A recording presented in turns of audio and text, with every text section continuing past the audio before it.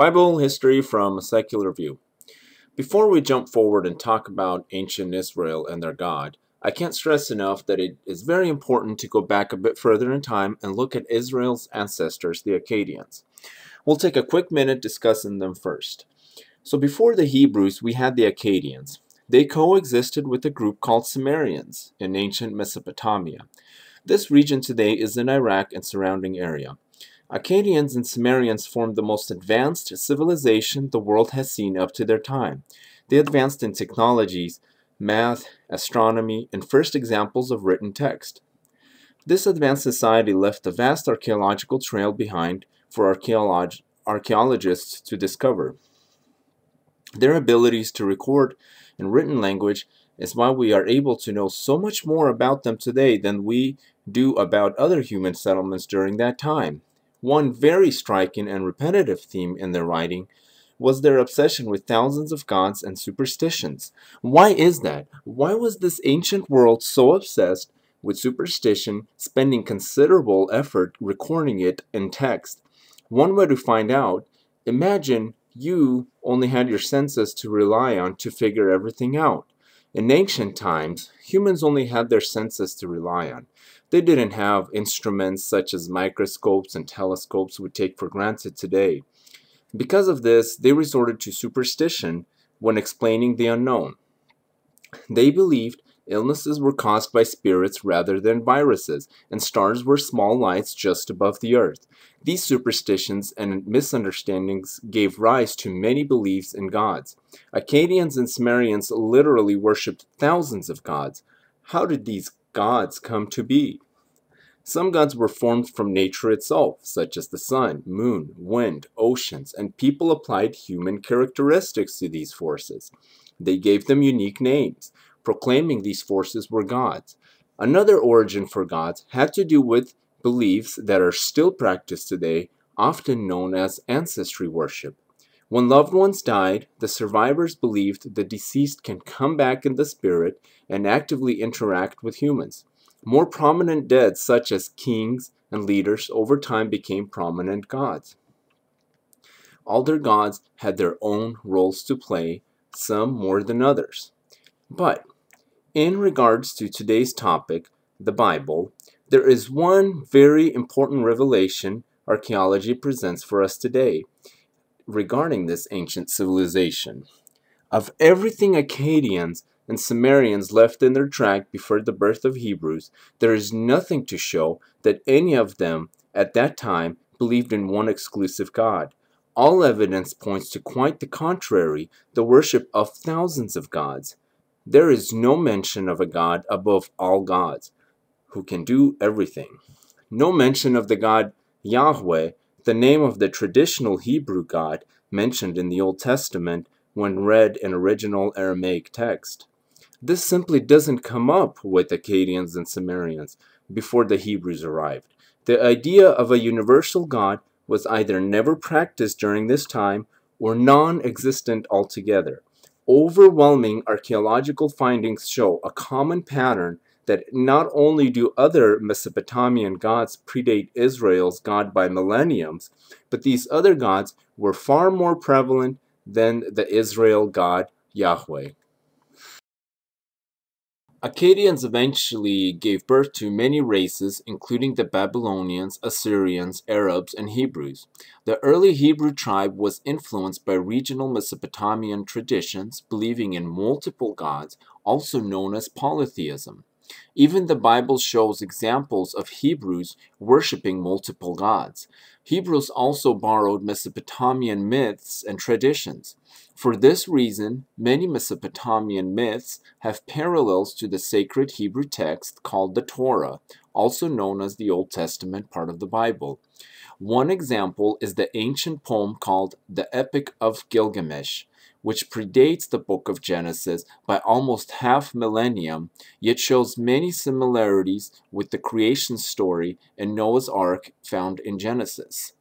As Hebrews evolved and grew in numbers, they became the tribal nation of Israel, eventually becoming a small tribal kingdom. Most historians agree, even at its largest, ancient Israel was small, and had little influence in Mesopotamia. This is especially true when ancient Israel is compared to much larger kingdoms in Egypt, Babylon, and Assyria. But Israel did have some growth, and this growth prompted a new identity. So Israel, consistent with Mesopotamian traditions, again, set to the task of creating national gods. One unique difference, however, Israel consolidated multiple gods into one exclusive God, also known as monotheism. The idea of worshiping one exclusive God, monotheism, was unusual at the time in Mesopotamia. The belief in multiple gods was well established in the region, going back thousands of years, and breaking this cycle was no easy task. Israeli priests had to come up with tactics and came up with an effective idea.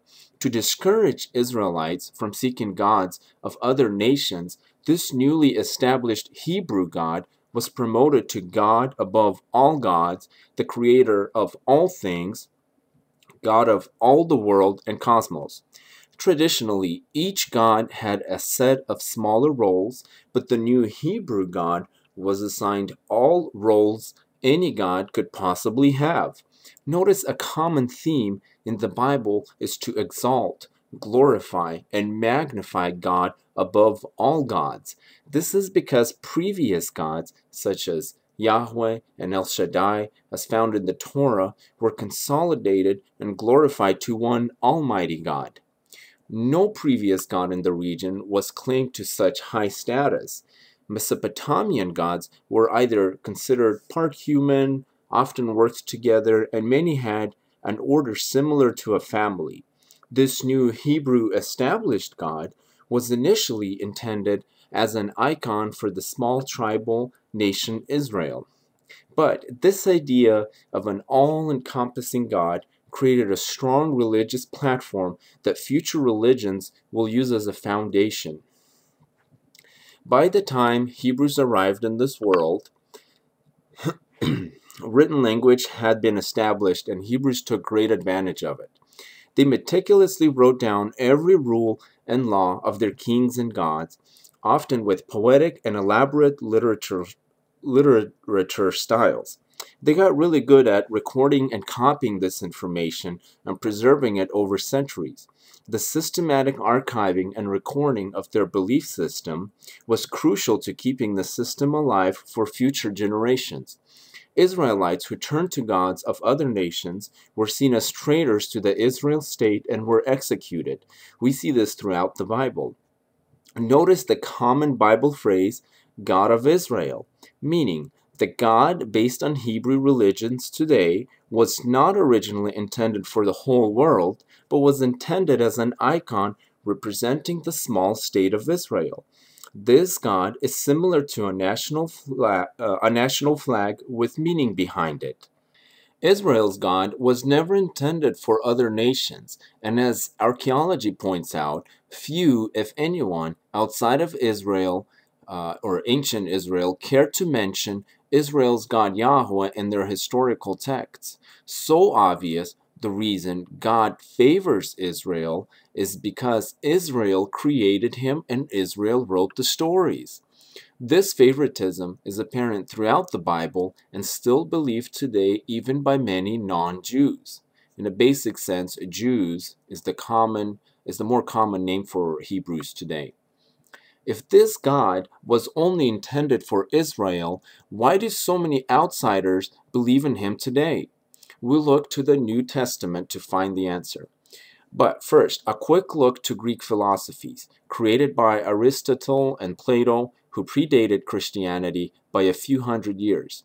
These philosophies were way ahead of their times. Not surprising that most of Western society, as we know it today, is still strongly based on Greek philosophy, including but not limited to the arts, law, politics, science, religion, education, etc. After the Greek philosophies, we move a few hundred years later, under Roman politics and Greek culture, Christianity starts forming. Greek philosophies are also credited for bringing huge moral improvement.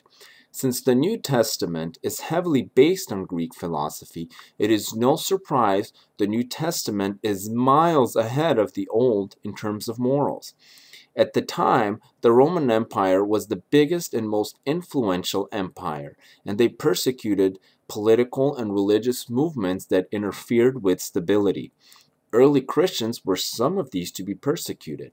However, when the Roman Emperor Constantine converted to Christianity, he forced the entire Roman Empire to convert to Christianity.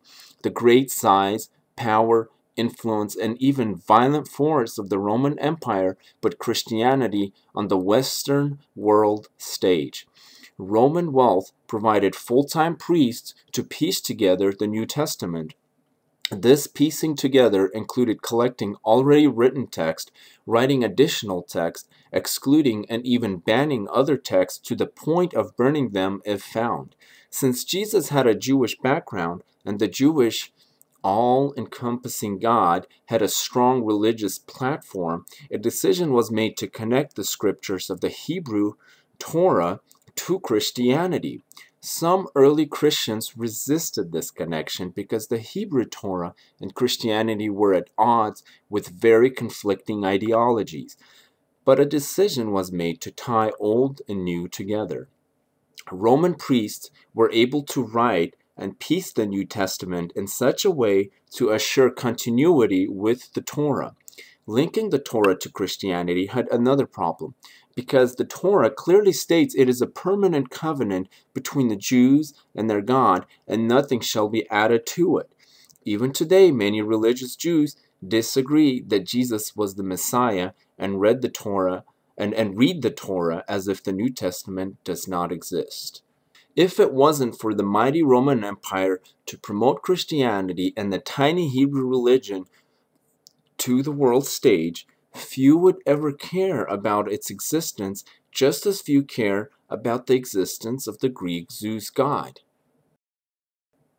Think about it. The Bible claims their God is of all the world and universe, yet the Bible story settings never go past the tiny part of the world in the East Mediterranean, as you can see on this map.